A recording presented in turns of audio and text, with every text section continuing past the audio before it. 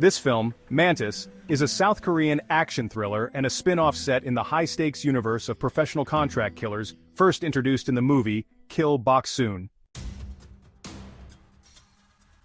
It explores the aftermath of the collapse of the industry's most powerful organization, MK&T, and the subsequent power vacuum.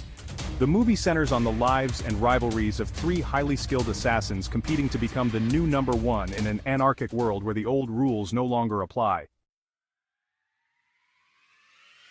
The Return of the Mantis. The main protagonist is Han-yul, codenamed Mantis, an elite killer with a reputation for both exceptional skill and a certain naivete or softer side compared to his peers. He returns from a self-imposed vacation to discover the entire contract-killing world in chaos. His former company, MK&T, is effectively defunct following the death of its CEO, Cha Min-kyu, a character from Kill Boksoon. Mantis initially tries to carve out a new path by founding his own enterprise, the Mantis Company. His goal is not just to survive but to introduce a more flexible, perhaps even more human element into the brutal business. The rivalry and the ambition. Han-yul's ambition immediately brings him into contact and conflict with two pivotal figures.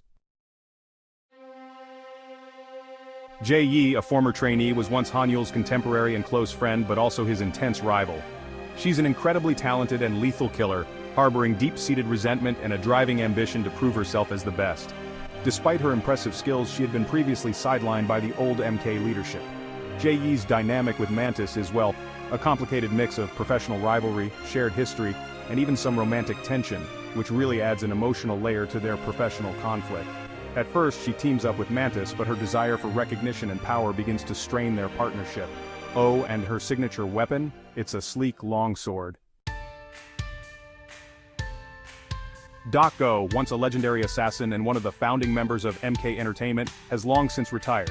But with the sudden power vacuum shaking up the underworld, he decides it's time to return to active duty. Dok-go believes he alone can restore order and bring back the old ways of the Assassin's Code. He sets his sights on Mantis, hoping to lure him back under his wing, seeing him as a crucial ally in his bid for leadership. Known as a master of all weapons, Dok-go often favors the tonfa, a clear sign of his veteran status and unmatched mastery. The struggle for control quickly escalates into a tense three-way competition, with manipulation and unexpected outside influences fueling the conflict.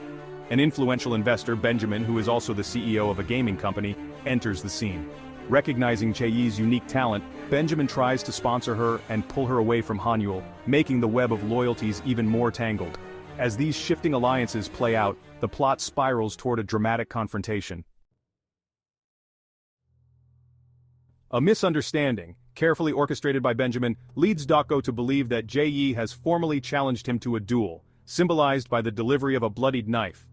Han-yul, desperate to prevent unnecessary bloodshed, steps in to try and stop the violence. But despite his efforts, everything comes to a head in a climactic three-way showdown between Mantis, Jae-yi, and Dok-go. This finale is, honestly, a spectacle of expertly choreographed action, with each character wielding their own distinct skills and weapons in a fight for survival and the coveted top spot. The stakes run deep. Han-yul fights defensively, unwilling to kill his former allies. Dok-go battles to re-establish the old brutal hierarchy, and Jae-yi is driven by a burning need to prove she's the best, finally overcoming the slights of her past. The movie wraps up by resolving this deadly triangle, and in doing so it establishes a new, though still uneasy, order in the world of contract killing.